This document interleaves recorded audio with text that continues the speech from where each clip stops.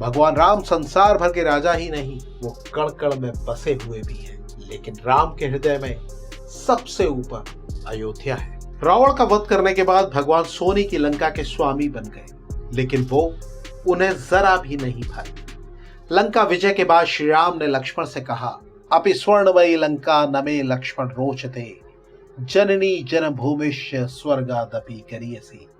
हे लक्ष्मण, इस सोने की लंका में मेरी जरा भी रुचि नहीं है। माँ और मातृभूमि स्वर्ग से भी बढ़कर है। श्री राम भक्तों के लिए इसीलिए उनकी जन्मभूमि की महत्ता सबसे आगे है। श्री राम जन्मभूमि के लिए भी सिख समाज का योगदान यह देश कोई भी भारतवासी कभी भूल नहीं सकता। ये कहानी उस पहले आंदोलनकारी की है जिसने साल 1858 में श्री राम जन्मभूमि परिसर में हवन पूजा की थी। श्री राम जन्मभूमि के लिए सरकारी आंकड़ों के अनुसार 1 दिसंबर 1858 की पुलिस की FIR के अनुसार निहंग सिखों ने गुरु गोविंद सिंह जी की जय जयकार करते हुए परिसर पर कब्जा कर लिया। सुप्रीम कोर्ट ने इस विवाद में जो ऐतिहासिक फैसला सुनाया उसमें भी इसका उल्लेख किया गया।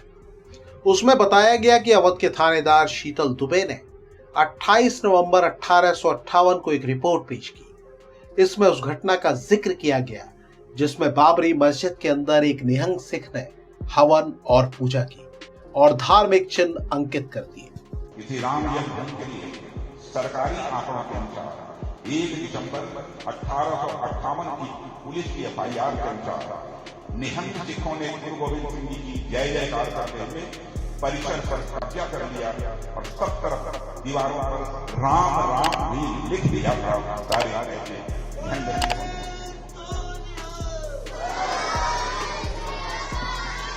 उस थानेदार शीतल दुबे ने अपनी रिपोर्ट में बताया कि आज पंजाब के रहने वाले श्री निहंग सिख फकीर खालसा ने मस्जिद के अंदर गुरु गोविंद सिंह जी की पूजा और हवन किया और श्री भगवान के प्रतीक बना दिए। जिस समय ये प्रतीक बनाए गए तब 25 सिखों को सुरक्षा के लिए तैनात किया गया। इस मामले में मस्जिद के मुअज्जिम सैयद मोहम्मद खतीब ने एक प्रार्थना पत्र दिया। प्रार्थना पत्र में बताया गया कि महंत निहंग सिंह फकीर अवध स्थित जन्मस्थान मस्जिद में दंगे की स्थिति बना रहा था। उसने बाड़े के अंदर मेहराब और मिंबर के करीब कंकड़ से 4 अंगुल का चबूतरा बनाया, आग जलाने का इंतजाम किया और चबूतरे की ऊंचाई करीब 1.25 यार्ड यानी 45 इंच तक की गई और वहां भगवान की तस्वीर लगा दी गई। पास में गड्ढा खोदकर मुंडेर बनाई गई, वहां आग जलाकर पूजा और हवन किया जा रहा है। पूरी मस्जिद में कोयले से राम राम लिख दिया गया है।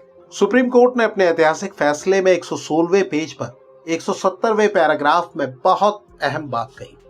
कोर्ट ने कहा, it is thus concluded on the conclusion that faith and belief of Hindus since prior to construction of mosque and subsequent thereto has always been that Janmasthan of Lord Ram is the place where Babri Mosque has been constructed, which faith and belief is proved by documentary and oral evidence discussed above। यानी इस प्रकार यह निष्कर्ष निकाला गया है कि हिंदुओं की आस्था और विश्वास इस स्थान के प्रति मस्जिद के निर्माण के पहले से है। इस स्थान को हमेशा भगवान राम का जन्म स्थान माना जाता रहा है और यहीं पर बाबरी मस्जिद का निर्माण किया गया था। इसकी पुष्टि अदालत में प्रस्तुत किए गए दस्तावेजों और मौखिक साक्ष्यों से भी हुई है। और सुप्रीम कोर्ट के इस ऐतिहासिक फैसले के बाद श्री राम जन्मभूमि पर भव्य मंदिर बनाने का रास्ता खुल गया। 5 अगस्त 2020 को मंदिर का शिलान्यास हुआ और अगले साल यानी 22 जनवरी 2024 को मंदिर की प्राण प्रतिष्ठा होगी। बोलिए सिया रामचंद्र भगवान की जय, श्री लखनलाल की जय, जय जय श्री हनुमान।